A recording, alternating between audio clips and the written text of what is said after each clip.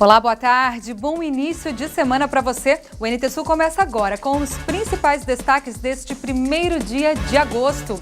Uma reportagem especial mostra a vida de um apenado fora do presídio, monitorado por tornozeleira eletrônica. O Antônio tem 42 anos, cumpriu 8 meses de regime semiaberto lá no presídio e há cerca de 2 meses ele está aqui fora com a tornozeleira.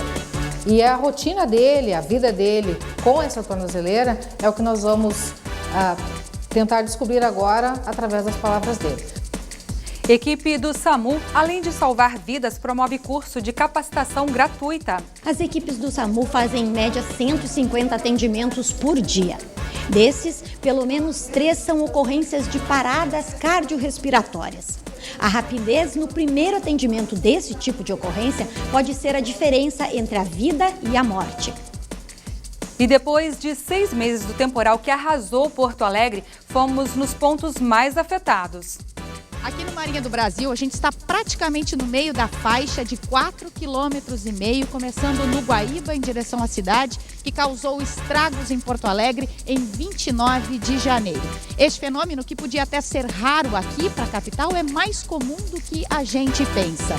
1/3 das tempestades severas que acontecem em toda a América do Sul estão concentradas no Paraná, Santa Catarina e Rio Grande do Sul.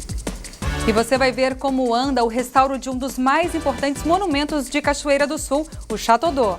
Essa estrutura metálica começou a ser montada há cerca de 2 semanas. Tudo para que os profissionais de restauração tenham acesso ao topo do Chateau d'Eau, onde está o Netuno, e para que a restauração possa ser feita na íntegra. É a partir de agora no NT Sul. Seja muito bem-vindo.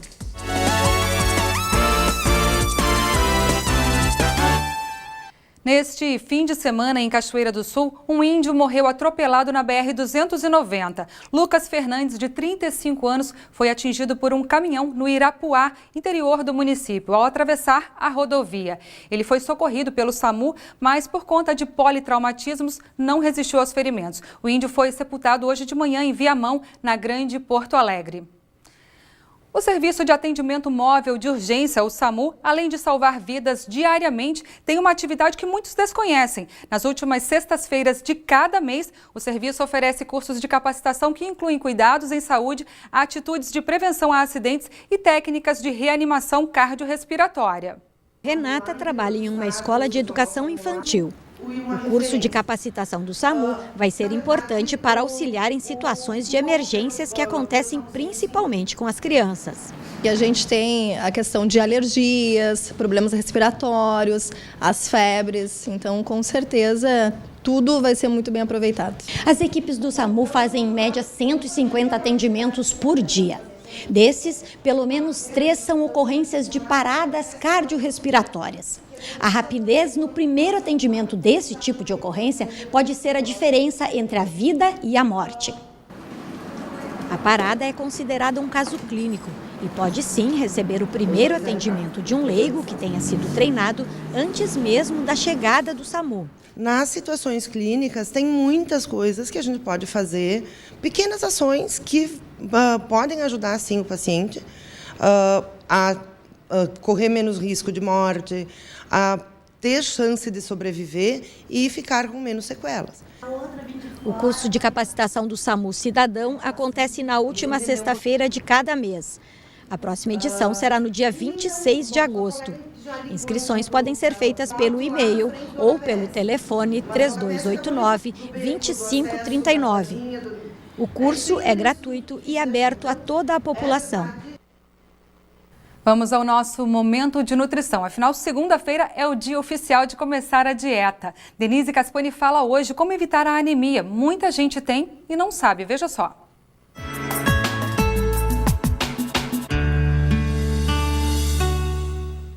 Olá, tudo bem?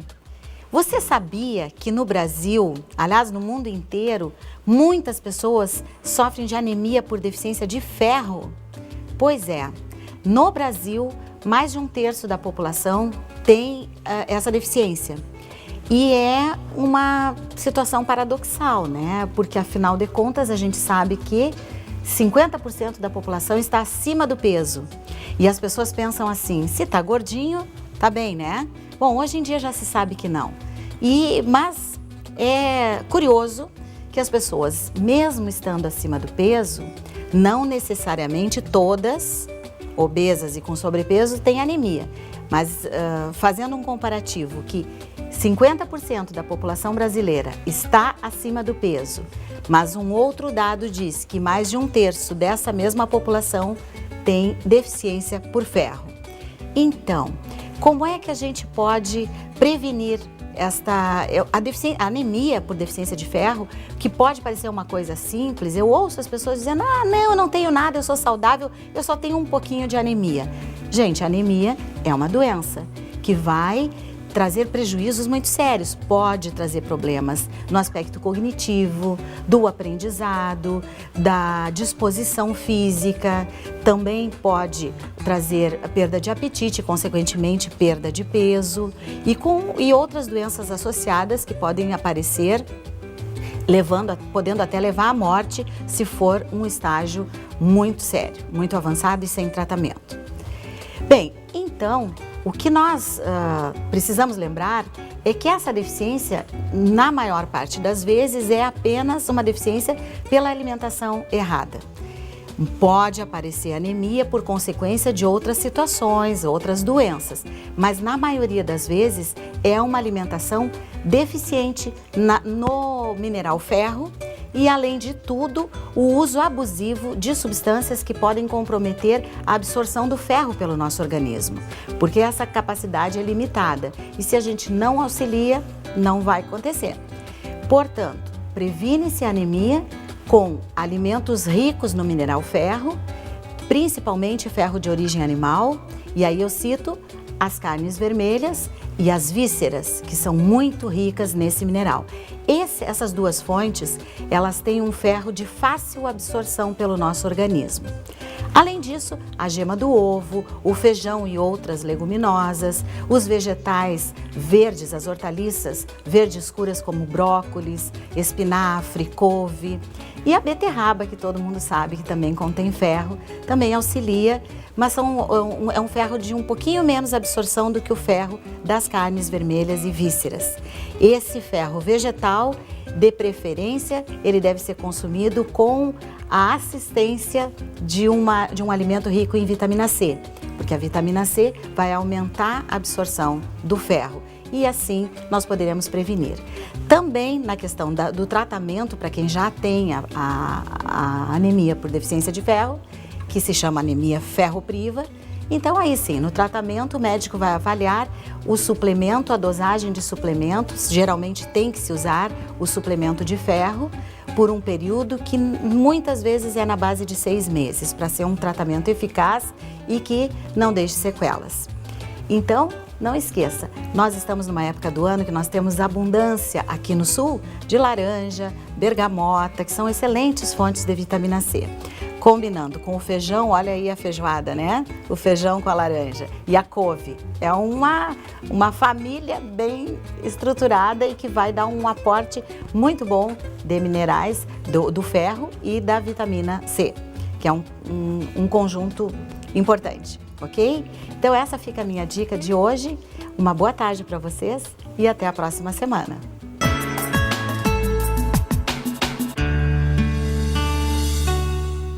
A seguir, a repórter Lena Caetano entrevista um apenado do regime semiaberto que conta como é a vida aqui fora, sendo monitorado 24 horas por dia por uma tornozeleira eletrônica.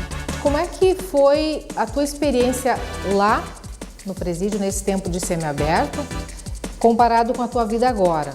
O que é melhor, o que é menos pior, melhor dizendo? Você vai ver em instantes, nós já voltamos.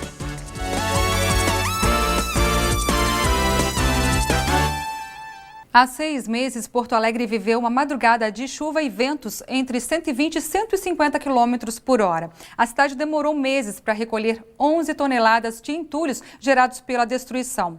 Você vai ver na reportagem alguns dos locais mais impactados pela tempestade. E especialistas alertam, esses eventos intensos podem ser cada vez mais frequentes. Ruas bloqueadas, estragos em prédios públicos, no comércio e nas casas de centenas de porto-alegrenses. De terror, tá lá barulhada. Depois que amenizou, eu vim na janela e vi o caos que foi. O pessoal lá de cima sentiram o prédio balançar. O abastecimento de água e luz foi interrompido, muito por causa de árvores inteiras sobre a fiação. 450 mil clientes da CE ficaram sem energia na região metropolitana, a grande maioria na capital. O temporal do dia 29 de janeiro foi severo. Além da chuva intensa, causada por um complexo de nuvens, uma corrente de ar mais fria teria atingido o solo muito rápido e, por isso, os ventos extremos. Oficialmente, os ventos chegaram a 119 km por hora. Mas aqui, numa das áreas mais atingidas pela tempestade, eles podem ter passado de 150 km por hora. A cidade declarou situação de emergência. Mutirões se formaram. Funcionários da prefeitura e voluntários de outros municípios entraram em ação. Até o Exército e detentos do semiaberto participaram dos trabalhos. Vamos mostrar que o preso tem condição de ajudar também os próximos, né? O trabalho de rescaldo do temporal durou cerca de 2 meses. 11 toneladas de resíduos foram recolhidas. 6 meses depois, quem ainda não voltou para o Cais Mauá foi o Cisne Branco. A embarcação que afundou levou 58 dias para ser tirada do Guaíba. O trabalho em um estaleiro de São Jerônimo deve ser finalizado até o final de setembro. O prejuízo ficou perto de R$2 milhões. A proprietária decidiu reunir parceiros e vai devolver o barco à cidade. Empresas que realmente estão possibilitando que a gente faça. E, além disso, os próprios fornecedores estão negociando conosco o prazo de pagamento para quando o Cisne Branco voltar. 38 anos de história e faz parte da história de muita gente. E, com isso, a gente quer que ele continue e faça muito mais histórias legais. A Rua Gonçalo de Carvalho, a mais bonita do mundo, ficou irreconhecível há 6 meses. E agora volta aos poucos a ter cara de túnel verde.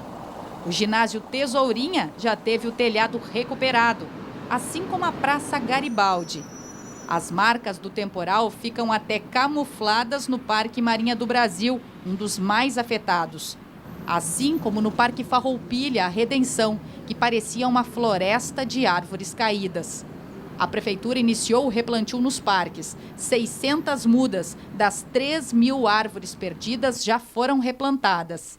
Logo no início nós tivemos os parques praticamente interditados em torno de 1 mês para que se fizesse a remoção de todo aquele entulho da vegetação que caiu, né? Tem muitas árvores que foram afetadas em sua copa e os técnicos têm feito muitas vistorias nesses vegetais até para equilibrá-los e deixá-los em condições de não colocar em risco a comunidade. Aqui no Marinha do Brasil, a gente está praticamente no meio da faixa de 4,5 km, começando no Guaíba, em direção à cidade, que causou estragos em Porto Alegre em 29 de janeiro. Este fenômeno, que podia até ser raro aqui para a capital, é mais comum do que a gente pensa. 1/3 das tempestades severas que acontecem em toda a América do Sul estão concentradas no Paraná, Santa Catarina e Rio Grande do Sul. O coordenador do Departamento de Geografia da URGS explica que os impactos do crescimento urbano e das agressões ao meio ambiente estão dados e o aquecimento global vai continuar influenciando no clima.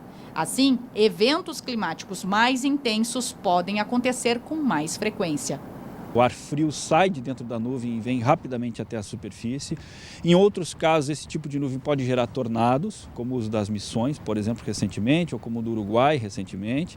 Ele sempre tem chuva intensa, granizo e raios, ou todos eles juntos. O que nos preocupa é, no cenário de mudança climática, a intensificação dos eventos severos vão impor a essas tempestades uma maior frequência ou uma maior intensidade, em que muitas vezes atinge, inclusive, a região metropolitana de Porto Alegre.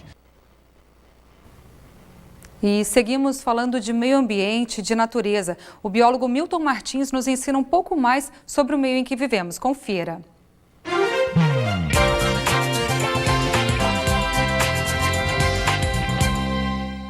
Hoje, então, vamos conhecer sobre o Pinus. Você já ouviu falar sobre o Pinus ellioti? Pois é, aqui esses vários indivíduos que estamos vendo, então pertencem a essa espécie, que é o Pinus ellioti. Na verdade, essas árvores são conhecidas como coníferas. Por quê? Porque o formato da copa que elas desenvolvem é em forma de cone e são originárias do hemisfério norte, Canadá, Estados Unidos, árvores então, portanto, de clima temperado e frio. Pois é, falando em frio e das peculiaridades dessa espécie, a folha dela, na verdade, é como se fosse uma agulha, tá vendo? Ó? Por que isso? Porque na verdade, quando cai a neve, são árvores de clima temperado e frio, a neve ela tem que escoar quando derrete com facilidade.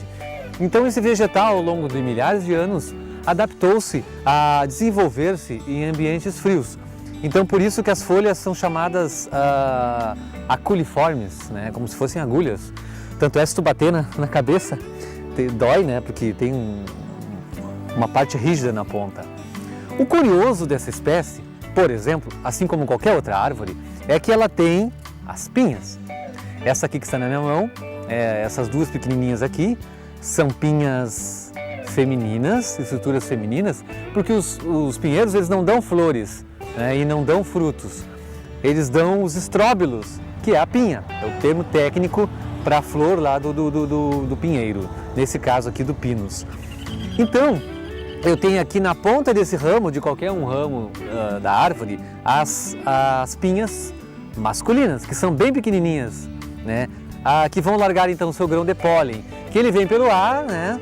Até a estrutura do próprio pinheiro feminina, que é a pinha feminina. E lá na base ele vai formar, vamos ver se eu vou achar aqui, a semente, ó, vai produzir então a semente. Então essa semente, que é pequenininha no caso do pinus, que depois vai formar um novo filhote. Por isso que o pinus forma plântulas e bota filhotes e novas florestas muito rápido. E ele é, em algumas regiões, uma preocupação ambiental, no sentido de que ele pode se tornar uma praga, um invasor, tendo em vista de que ele não é natural do Brasil. Lembrando, pinus originário hemisfério norte. Então, tem que se ter um controle, um cuidado quando tu vai plantar o pinus, né, em larga escala. Essas madeiras, né, a madeira do pinus é muito utilizada na indústria, tanto para móveis quanto para demais artefatos aí de madeira, tá certo? A pinha, como a gente pode ver, ela é muito útil, porque assim como todos os pinheiros, né, as coníferas, eles produzem uma espécie de uma resina.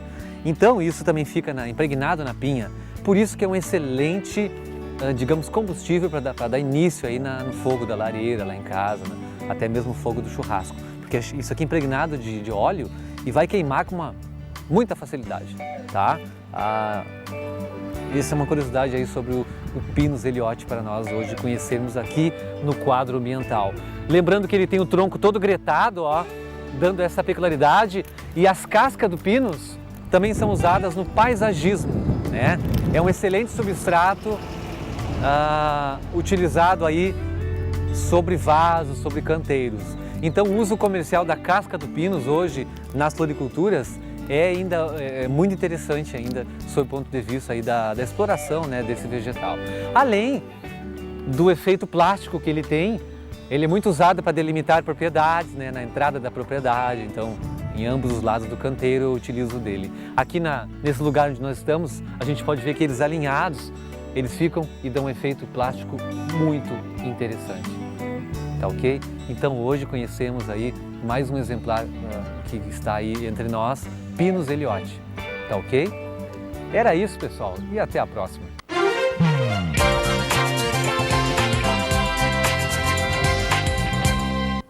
Atualmente, em torno de 1.500 presos do Rio Grande do Sul usam a tornozeleira eletrônica e são monitorados via satélite em tempo integral.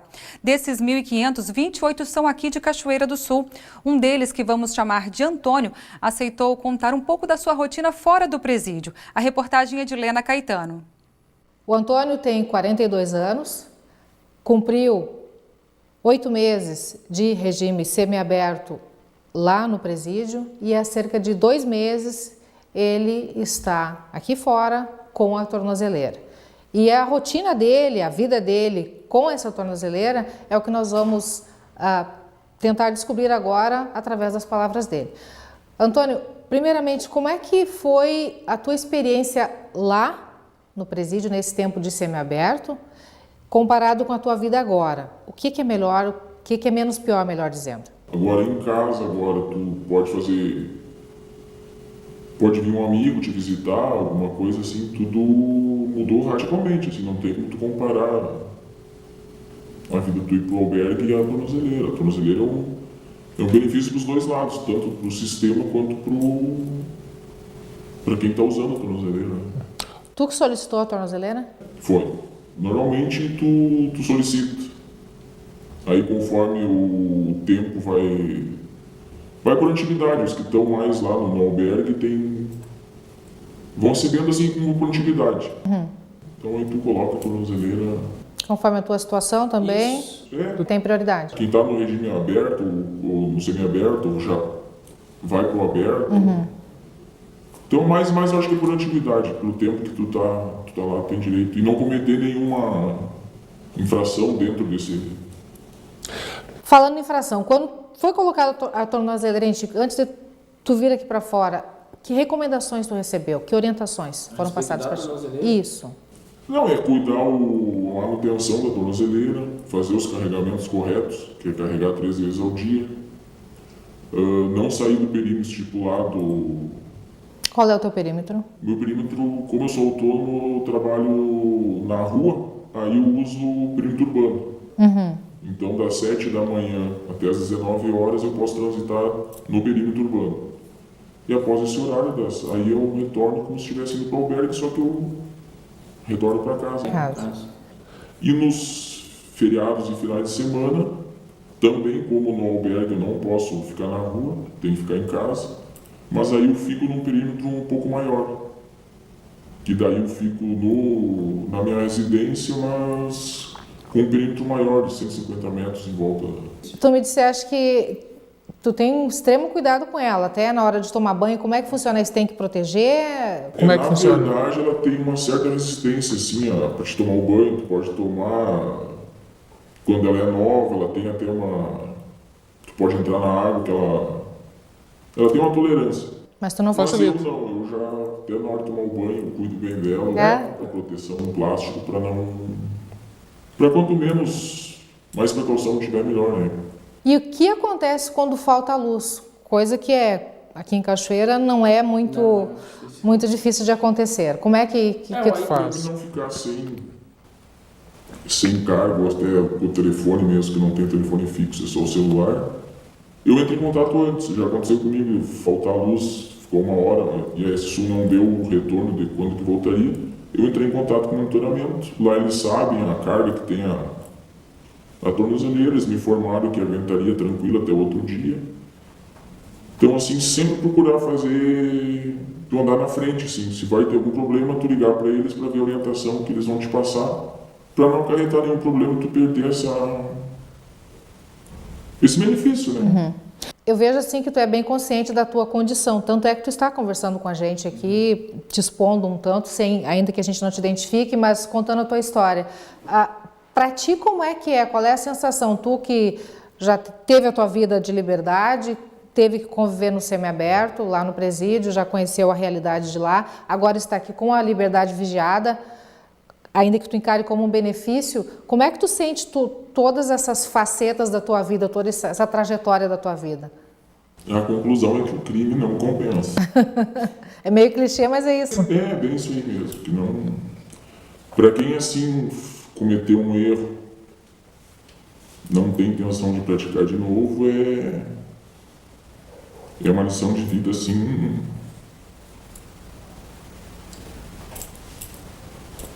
ruim. Que não adianta, tu não quer isso para ninguém, sabe? Que é doloroso.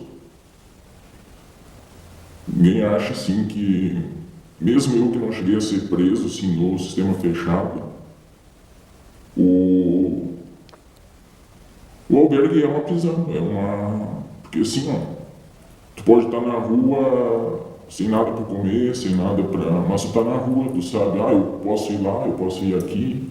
E lá não tem que fazer. Então tu fica muito... É ruim. Não tem comparação, assim, não tem que... Eu dar um exemplo do que é tu tá lá e tu tá na rua.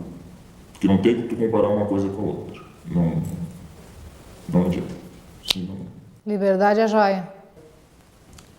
É uma joia mais valiosa que tem, não adianta. E aí, se tu... Eu, graças a Deus, tive o apoio da família, do pai, da mãe, de todo mundo. Então, assim, ajudou bastante a passar. Tá passando. Bora logo termina isso aí. Qual é a tua perspectiva com essa tornozeleira ainda, Antônio? Para sair, eu acho que de repente, final do ano, início do ano que vem, eu já esteja em condicional, aí já tirar a tornozeleira e seguir a vida de novo. Tocar a vida. Mais ou menos isso aí. Antônio recorda quando foi preso e, ao final do depoimento, com surpresa, recebeu um conselho do delegado de polícia. Esquece. Eu tenho essa larga experiência já. Tu não nasceu pra... Tu pode tentar ser bandido, mas tu não vai conseguir. Tu não tem o perfil para fazer coisa errada, então vai trabalhar e... Então assim, fez a coisa errada e digo, agora não adianta, já passou 8 meses aí, ou 10 meses, quando vê... O conselho do delegado é para ser seguido. Está sendo seguido ao pé da letra. Fazer a coisa errada dá mais trabalho que fazer a coisa certa. Porque tu fazer a coisa certa, tu sai caminhando ali, tu caminha do jeito que tu quiser. Tu não está fazendo nada errado. Tu estando fazendo a coisa errada, tu tem que cuidar tudo. Então assim, ó, que nem eu digo, ser bandido dá trabalho. Não é uma coisa... Não é tão fácil assim. Não, Vamos para um rápido intervalo. A seguir você vai ver o trabalho de restauro de um dos principais monumentos históricos de Cachoeira do Sul, o Chateau d'Eau. Essa estrutura metálica começou a ser montada há cerca de 2 semanas. Tudo para que os profissionais de restauração tenham acesso ao topo do Chateau d'Eau, onde está o Netuno, e para que a restauração possa ser feita na íntegra. E recebemos aqui no estúdio o deputado estadual Edson Brum, do PMDB. Tem ainda a previsão do tempo para este início de semana. Nós já voltamos.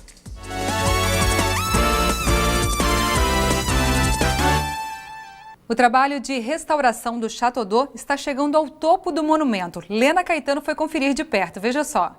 Esta estrutura metálica começou a ser montada há cerca de 2 semanas. Tudo para que os profissionais de restauração tenham acesso ao topo do Chateau d'Eau, onde está o Netuno, e para que a restauração possa ser feita na íntegra. Há poucos dias eu estive aqui e conversei com o Cláudio. Ele reclamava muito do frio, já que é paulista, e não está muito adaptado. Cláudio, e agora como é que está a situação? Melhorou um pouquinho? Agora o clima está até favorável para a gente até trabalhar, né?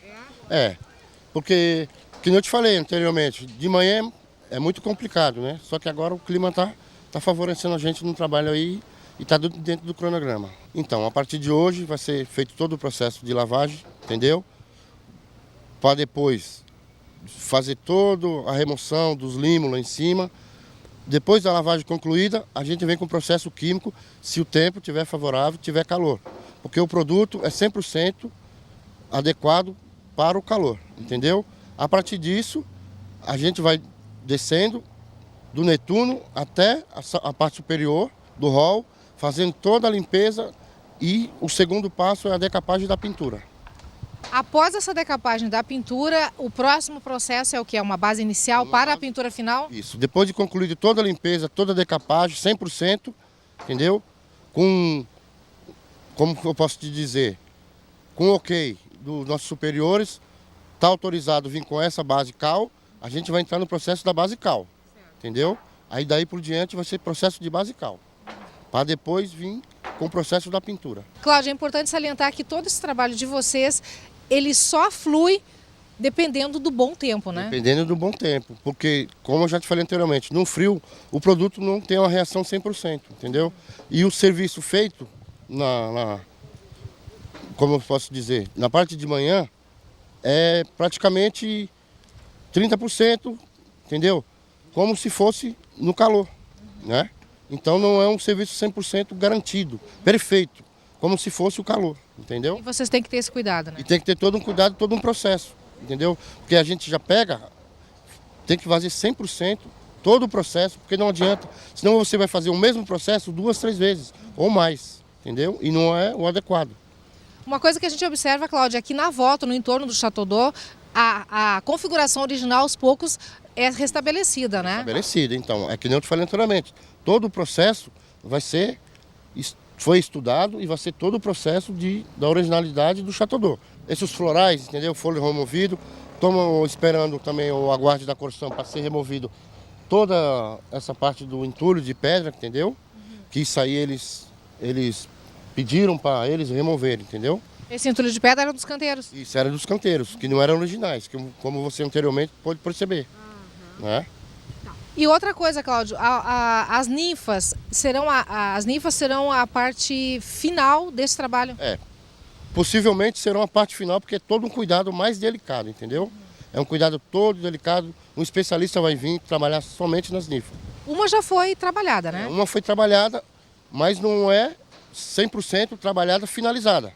É como se fosse uma amostra, entendeu? Para a população. Foi um processo inicial. Processo inicial, de como é todo o processo que é feito e como vai ficar depois, entendeu? As outras ninfas, inclusive, a boa parte delas estão cobertas ali com caixotes por questão de proteção. As outras ninfas, questão de proteção pela estrutura que ia ser montada, porque nunca se sabe o que vai cair lá de cima, entendeu? Um acidente é imprevisível, entendeu?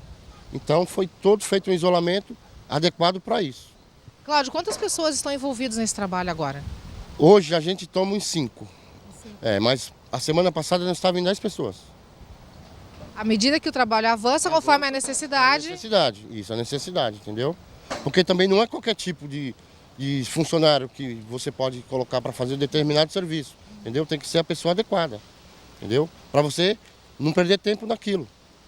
E uma coisa que a gente frisou, e a gente já mostrou na gravação anterior, Cláudio, eu acho que o trabalho de vocês continua, é que é um trabalho artesanal, minucioso, né? Minucioso. Então, é uma parte bem complexa, entendeu? Não é uma coisa que você vai pegar uma máquina e vai passar e já tá bom.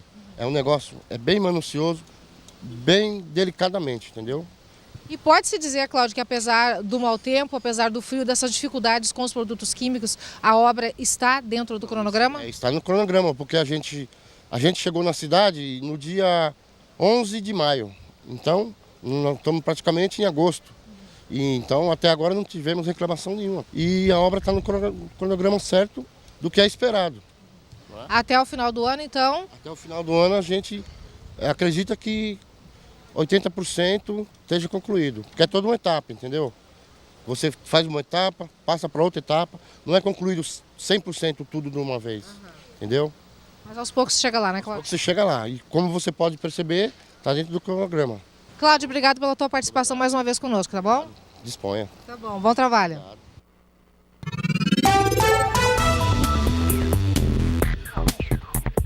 O mês de agosto começa em Cachoeira do Sul com pouco sol, muitas nuvens e com possibilidade de pancadas de chuva. As temperaturas hoje ficam entre 13 e 23 graus. Terça-feira terá sol, muitas nuvens, mas não deve chover. Mínima de 9 graus e máxima de 18. Quarta-feira terá sol entre nuvens e pode chover. Mínima de 9 graus e máxima de 21. Confira no mapa como fica o tempo hoje. Uma nova frente fria avança sobre o Rio Grande do Sul e traz muitas nuvens e possibilidade de chuva. Mas as chuvas serão irregulares na maioria dos municípios. Na capital Porto Alegre, a máxima prevista é de 19 graus. Em Uruguaiana, na fronteira oeste, 18. Em Passo Fundo, no norte do estado, 20 graus. Mesma temperatura prevista para Santa Maria, na região central. Para o litoral norte, Tramandaí e Torres, 18 graus. No litoral sul, em Pelotas e Rio Grande, também 18 graus.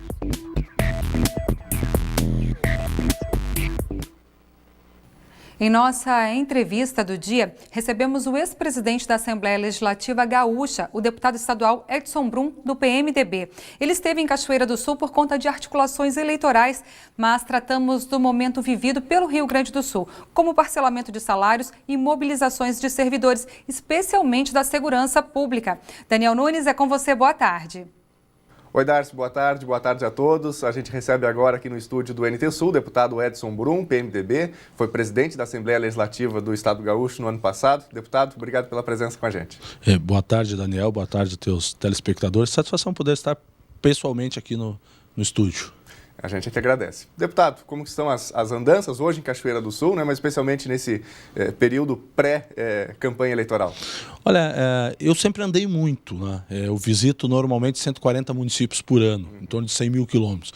Mas no recesso parlamentar, que é de 15 de julho a 1º de agosto, no ano que nós temos eleições, tu acaba intensificando isso. Eu tive agora, anteontem, aqui em Santa Margarida do Sul, estive em Vila Nova do Sul, Santana da Boa Vista, ontem em Caçapava, São Cepé, Santa Maria e Faxinal do Soturno, hoje aqui em Cachoeira, logo também estarei em Novo Cabrais, né, exatamente conversando com as nossas bases. Eu, além de fortalecimento do partido, que a gente faz muito isto, né, até porque eu fui presidente da Juventude do PMDB, na época o Luciano Figueiró foi o meu vice-presidente, depois presidente do partido, então tenho essa característica, mas também conversando com o setor primário, que é uma área que eu defendo muito lá dentro da Assembleia. Então estive com o pessoal do Sindicato Rural de Cachoeira, em todos os municípios eu acabo fazendo contato ou com o Sindicato dos Trabalhadores Rurais ou o Sindicato Rural, até porque o Rio Grande do Sul, especialmente a nossa região, eu que sou de Rio Pardo, nós vivemos essencialmente da terra, né? Do plantio de tabaco, de fumo, de arroz, a pecuária, a soja e assim por diante. Então é importante a gente estar em contato buscando informações, o que está acontecendo, o que a gente pode ajudar, e foi assim que surgiu no passado algumas ações que a gente fez no Código Florestal, CPI do adubo, brigando pelo preço do arroz, endividamento do nosso produtor. Então, como é que a gente busca esses assuntos? Nessas andanças, conversando pelos municípios. Aliás, nesse sentido, especialmente deputados ligados ao PT, reclamam muito de o que eles chamam de esvaziamento da SDR, Secretaria de Desenvolvimento Rural. Como é que está especialmente o trabalho do governo e seu, especialmente ligado à agricultura familiar, em relação a esse aspecto, a agricultura familiar, a pequena agricultura? O governo Sartori fez algo que acertou muito no início. Ele extinguiu 9 secretarias e 25% dos CCs. Mesmo poupando R$1 bilhão, economizando R$1 bilhão, ainda temos dificuldades. Tanto que o próprio salário está parcelado. Mas não extinguiu, por exemplo, a SDR. E vem trabalhando no fortalecimento da Secretaria de Desenvolvimento Rural, que está na mão do Partido Socialista Brasileiro, o Mineto, que é um engenheiro agrônomo, economista, conhecedor da área e vem fazendo um belo trabalho. O que não se faz mais é politicagem com a secretaria. Ali são programas firmes de aumento da bacia leiteira, por exemplo, busca da fruticultura, são muitas ações. Eu estive, por exemplo, com o Mineto, junto ao ministro Eliseu Padilha, há poucos dias em Brasília, e conseguimos liberar R$800 mil para o espaço da agricultura familiar na Expo Inter. Então, são trabalhos que a gente vai fazendo, estimulando e fomentando esta área, a fruticultura especialmente, a agroindústria familiar, isso é importante para o desenvolvimento do Estado. Ok. Bom, recentemente o governador Sartori, especialmente, tentou barrar na Assembleia Legislativa, tentou negociar, pelo menos com a sua base, a não aprovação do reajuste para o Judiciário, 8,13%. Né? Isso foi aprovado. O governo Sartori perdeu para sua própria base, foi uma jogada para a torcida para dizer que não foi o governador que concedeu o reajuste. Como ficou esse aspecto? Já está quase ultrapassado nesse assunto, mas enfim. Acho que não. Acho que o governador não jogou para a torcida, tanto que foi até o Supremo. Ele tentou segurar até o Supremo, mesmo tendo discordâncias. Eu, por exemplo, discordo da maneira como foi tocado. Nós temos poderes independentes. Vamos imaginar que o aumento, e que não é um aumento, é reposição inflacionária, para o Judiciário, para a Assembleia, Tribunal de Contas, Ministério Público, não aconteça. Esse dinheiro não vai voltar, porque ele é daquele poder, ele é daquela instituição. Eu cito o meu exemplo. Eu, como presidente da Assembleia, nós devolvemos 85 milhões por uma questão nossa e ficamos com 93 milhões em caixa. Então, e este aumento representa 5, 6 milhões para a Assembleia. Então, o Poder Legislativo cuidou da sua casa no decorrer dos anos. Tanto que na Constituição nós podemos se utilizar até 3% do orçamento do Estado. E nós estamos com 1,36. A gente vem diminuindo, especialmente nos últimos 10 anos, um trabalho muito forte de diminuição das despesas da Assembleia. Por isso nós temos dinheiro sobrando na Assembleia. Não posso te falar em relação ao judiciário, porque não conheço os números do judiciário. Mas a independência dos poderes faz com que a gente tenha... E dando este reajuste inflacionário, nós temos que fazer gestão para dentro. Senão nós não teremos condições de pagar. Então, acho que isso se resolve rapidamente aí. Acho que o governador Sartori fez o seu papel, está com dificuldade, mas tem algumas coisas positivas. No momento que ele diminuiu 9 secretarias, 25% dos CCs, oportunizou ele pagar o salário de novembro e dezembro do ano passado. Se ele não tivesse feito isso, não teria pago o salário. Não é atrasar 7, 8 dias como acontece agora. Não teria pago o salário, teria juntado 90 dias sem pagar nada. Eu acho que isso também tem que ser citado, que é uma ação positiva que o governador Sartori fez. Da mesma maneira que o pessoal da segurança está fazendo paralisação, e é justo, se respeita, mas eles receberam aumento. O Sartori pagou aumento para eles em maio, novembro do ano passado e maio deste ano. Portanto, deu aumento. Todo o brigadiano teve aumento. Em maio do ano passado, em novembro e maio deste ano. O pessoal da Polícia Civil também, do IGP também. Então, mesmo com dificuldade financeira, está incluído na folha de pagamento esses aumentos para a área da segurança. Então, tem coisas positivas. Agora, ninguém gostaria que a arrecadação caísse como caiu.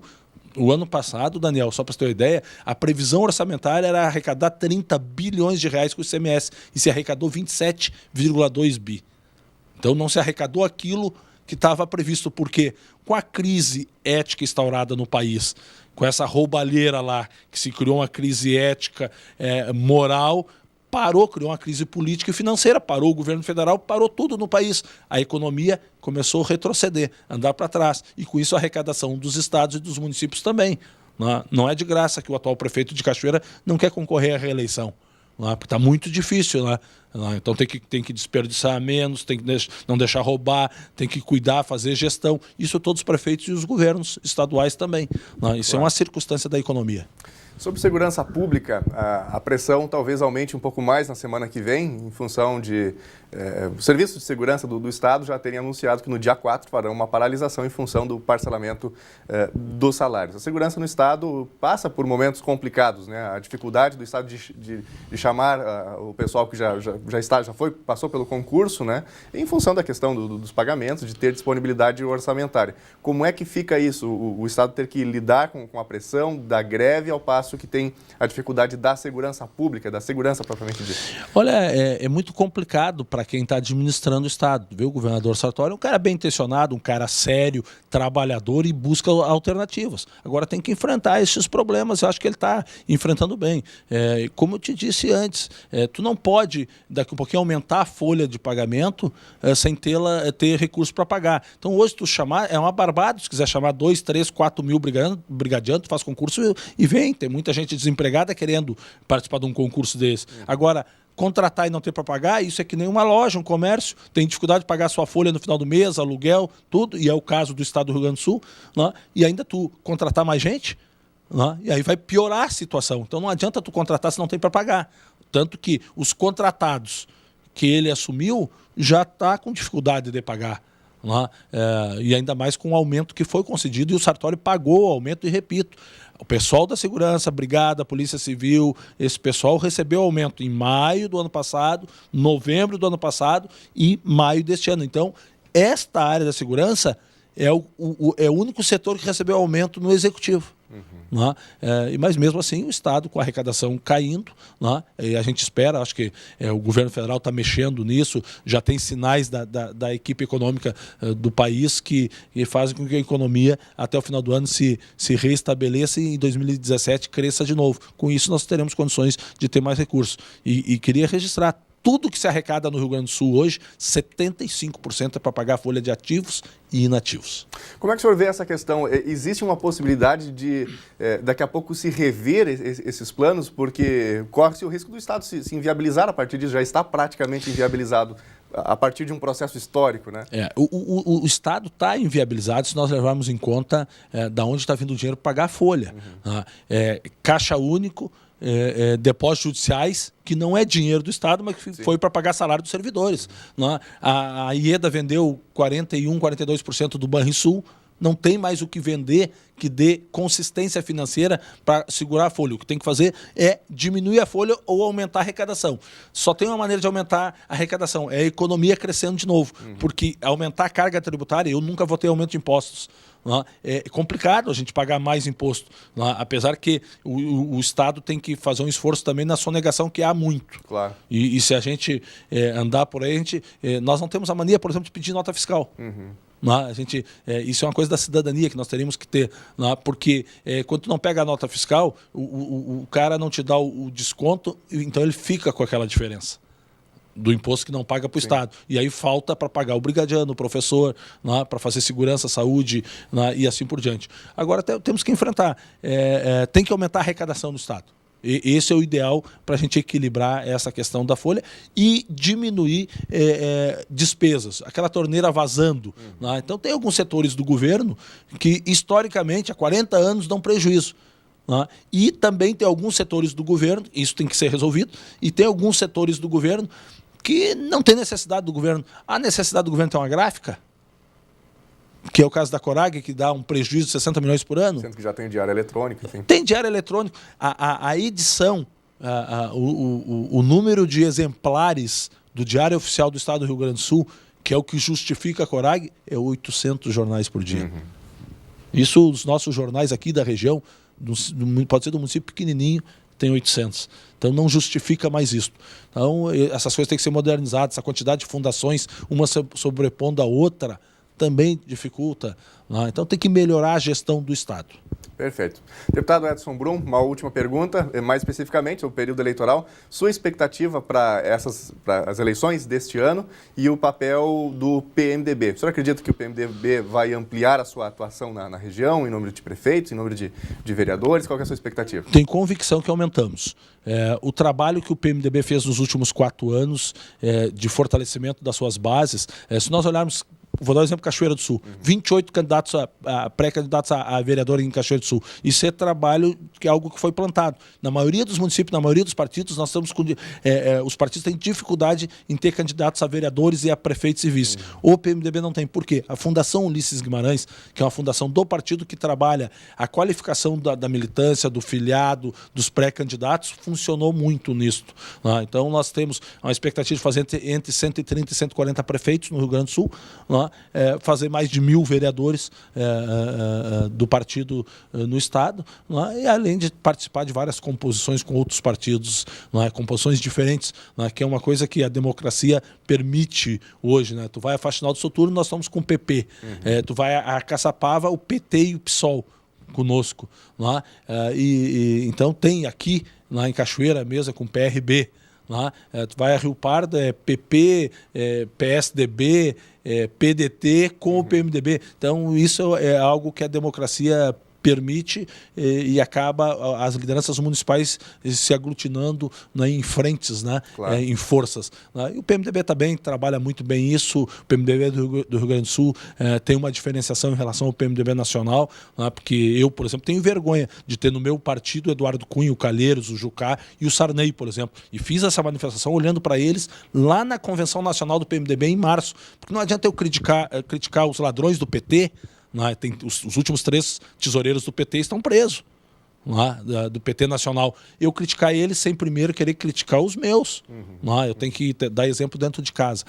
E eu acho que eu queria aproveitar, Daniel, para dar uma mensagem para o eleitor. Eleição não é para morder candidato a vereador e candidato a prefeito. Eleição é para tu escolher aquele que vai te representar na Câmara de Vereadores, que vai te representar como prefeito e vice. A gente tem que usar esse instrumento para fazer a mudança no seu município e a mudança na política nacional. Muita gente que já tem isso em mente, Chega o vereador, o candidato a prefeito, então já há aquele pedido do favor ou de algo nesse sentido. Quando é um favor, que é uma ação pública, não é o problema. O problema é quando chega no eleitor, o que tu vai me dar para votar em mim? Aí depois fala dos políticos lá de Brasília, é igual, a diferença é o tamanho da mordida só. Candidato a vereador não é pãozinho para lambari, para todo mundo tá beliscando, mordendo ali. Não, candidato a vereador é o cara que vai regrar o teu município, as leis do teu município, o preço da passagem do urbano depende do vereador, da ação do vereador. Então a gente tem que saber votar bem nisso. Olha, eu vou votar no fulano, no ciclano, porque eu acho que ele me representa. É um cara ativo, comunitário. Não, e tem gente que não, que vota pelo dinheiro. Quem vota em branco, quem anula o voto ou vota em troca de algum bem material, ele não pode falar mal de político, porque ele é muito pior do que os políticos que estão eleitos. Ok. Conversamos aqui no NT Sul com o deputado Edson Brum, do PMDB. Deputado, obrigado pela presença com a gente. Eu que agradeço. Sucesso aí nas suas andanças. Obrigado.